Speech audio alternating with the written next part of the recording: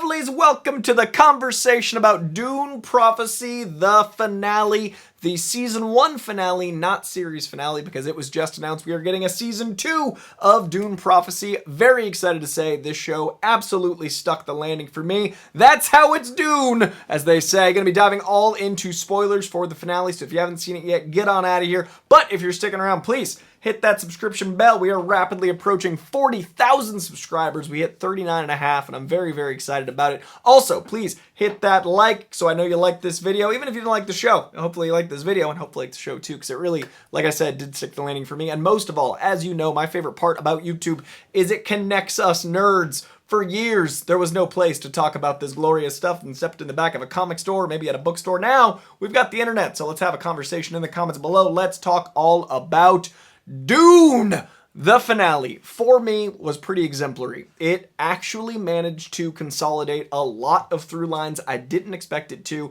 A lot of the threads that were placed throughout the tapestry of this show did feel like they had a nice little bow tied into them by the end, while also allowing things to get exciting by landing at Arrakis. I feel it's so interesting being a casual Star Wars fan that got back into sci-fi largely thanks to Dune. The first Dune movie was revelatory for me because it literally made me go, oh, this is why people love sci-fi to such a scale. I've always been more casual in true, dense sci-fi. Like, I'm a comic guy, I'm a fantasy guy, like, I love fiction, but sci-fi always eluded me. I like Blade Runner 2049 more than I grew up on Blade Runner, but it still is a very passing, like, oh, that's nice. Dune 2 came out this year, and it rocked me. Immediately, I was like, I get how people dedicate their lives to sci-fi, I get this whole world. That's the context where this review is coming from. I'm a very casual, so it was really interesting how Arrakis and Tatooine parallel in my mind, and how they basically left Hoth and went to Tatooine, and all these things that I can see the DNA of Star Wars in, which I was introduced to first, reflected in Herbert's work. And I know this is his son's writing versus the original author's writing, and it's really curious, and I'd love to know in the comments, if you guys are book fans, how this adapted the story and whether that felt true, because even if you've been watching just my coverage, I didn't put together 2 and 2 equaling 4. I was like, oh, he's half Atreides, half Harkonnen. What a great concept in the broad literature sense. I thought it was like, what if the Montagues and the Capulets had a baby? I was calling him, Biggie Shakur. I didn't go, oh, right, Tula, because I didn't realize the scope of the only person to ever mix those bloodlines and how much that opens up all this incredible mythology with the thinking machine and tying in all of the tracking of ancestries. And obviously that ties into the greater macro story of the Bene Gesserit, the sisterhood, I should say. They're not yet the Bene Gesserit, but the sisterhood planting all these seeds for thousands of years. And that's what this show ended up feeling like. The show ended up feeling like it planted seeds in the beginning that didn't feel like they were worth the juice to squeeze until the end, and man, the lemonade from the lemons of the rocky start for me absolutely paid dividends. By the time we got to this episode, I was absolutely invested in each character in the past and the present, and I really think the past actors, like the actors in the past, the flashback actors were such a great addition as you mix them into the show. And then there was my favorite episode maybe, the flashback episode where we had the Atreides Harkonnen, that big betrayal, that huge reveal. Some of the images of that episode will always stick with me, but I thought the finale was really smart to use a mix of that time frame, like the past, the flashback actors, with the modern, because we're so invested in each. And I thought it was just, especially with an 80-minute runtime, you've got to wrap up 5 hours of stuff. I didn't think you'd be able to tell a compelling story that didn't live in just one timeline. It told non-linear storytelling so well, and I think the strength of the show, the strength of the episode, and the strength of the season was in transitions. The directing, the editing, the way the transitions emotionally bound you between the past and the present, the way all of this is in the past in Dune lore, but the way you got to, with a blink of an eye, have the connection to Valia in the past and Valia in the present. How you got Tula in the past and how you're invested in her story with the present. Those transitions also endeared you to Duncan. Sorry, not Duncan. Duncan Idaho's OG later. To Travis Fimmel's character. The way you're with Desmond Hart is so much more impactful because you've cared about Tula in both time frames. The way you're caring about what she sees as a mother, that even ties to the sisterhood above all. Tula literally was sisterhood above all down to the last minute. She was helping Valia even after all the atrocities we've seen while her son is over there suffering.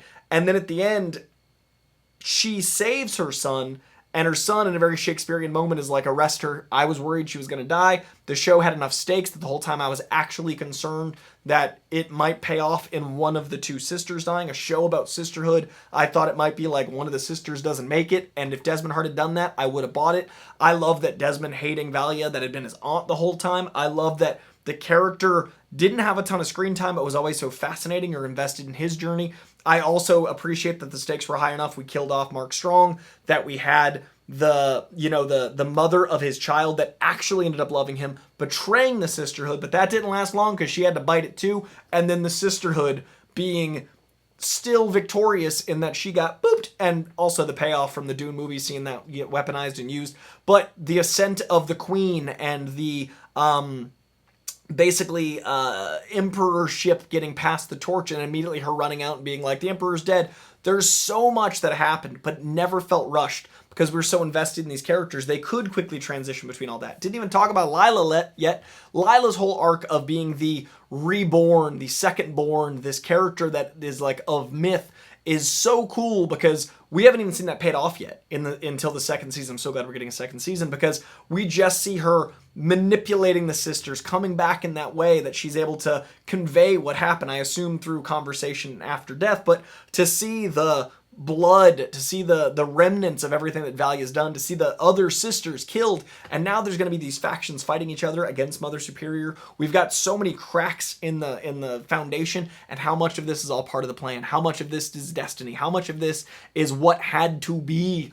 Love it. It literally feels like all these seeds were planted. Good writing, all these seeds laid. The visual transitions between eyes and the mouth of the sandworm, all of the transformations. I love the visuals of the tree of life, of intelligence, of the thinking machine, all of that architecture. The production on the show is next level. The wardrobe in the show is next level. It really, truly found its way into my heart by the end. I really enjoyed this finale. The season overall had some rockiness. I do think the first two episodes were a little rough, and I don't know if I would have kept watching without the name Dune attached. Once they started going flashback, I was all in, and then unfortunately, episode 4, once it came back to the present, I was like, oh no, I might not be as in love as in the present as I was in the past. And then 5 and 6 really stuck the landing as this great third act to the 6 episodes. The third act, the 2 final episodes, stuck the landing. I'm so invested in these characters. I think this is really great, heady sci-fi. Asks a lot of questions about predeterminism, about your life being fate or choices you make. We saw through Mark Strong, like he realized he'd never controlled a single decision ever made, and then boop, took himself out. And that's a question I think a lot of people struggle with, is like, how much of my life is in my control? How much is this me just going through the motions versus me actually living? And I think to tell a story in sci-fi or in fantasy or in comic books and anything in broad, big fiction, it's always, what is the morals and the ethics disguised in this shiny object? And I'm going to be thinking about, like, what is my destiny based on my heritage? What is my purpose in this giant scheme and tapestry of life? What am I supposed to do? And I think that's a really beautiful thing to wonder, as long as you don't go crazy thinking about it too much. But I really, really dug this show. Dune Prophecy, the prophecy foretold it would end awesome, and so it has. I hope you enjoyed it as well. Let me know in the comments what your favorite moments were. Mine was the absolute massacre in the Cone of Silence, where she made them choose, like, loyalty or killing themselves, and then we see the bodies. But man, that's a violent way to go, just taking themselves out. All the loyalty between Tula and Valia. There's so much goodness in this last episode. I didn't even talk about the beautiful visuals of the woman trying to control the darkness, the white versus white blood cell, but the visual was basically the tech corrupting her, and how she won for a moment and then it took back over, and that was starting to happen with Valia until she embraced the machines. And that's also what we clearly found out or assume had happened to the way that Travis Fimmel was able to control these things, was embracing it, not fighting the fear, because fear is the mind killer. That whole scene of her on the hospital bed, such great acting, such good visuals. The heat we got to see early, we knew it was coming, didn't know if she was win or not. The stakes stayed high. Very curious how things go in season 2 now that we have a little bit more lore and we've got the characters onto Arrakis. Lots going on. Really dug this, if you couldn't tell. Had a lot of fun with it. Hope you did as well. Let me know, like I said, favorite scene, favorite episode of the season. Let's just have a conversation in the comments below. Thank you for watching. I appreciate each and every one of you. Hit that subscription bell. Let's hit that 40K by the end of the year. I want it. I need it. Today is Sunday, so I've already got episode 1 of What If up. Episode 2 should be up soon if it isn't already. I'm not sure what time. I also will have, throughout this week, every episode of What If dropping each episode review day to day, because the show's coming out day to day. But I'm also at some point trying to release, I have not filmed them yet, but my favorite movies of the year. I'm going to try to get that edited and up before the end of the year. I'm going to try for my favorite 24 of 2024, my favorite 5 albums, my favorite stuff like that, all coming out at you. So lots of videos for you this week, you lovelies. And as always, Thursday, Creature Commandos as well. So stay tuned, hit subscribe, leave a comment, hit that like, press the buttons. Hope you dug Dune. It's how it's Dune. See you guys soon. Bye.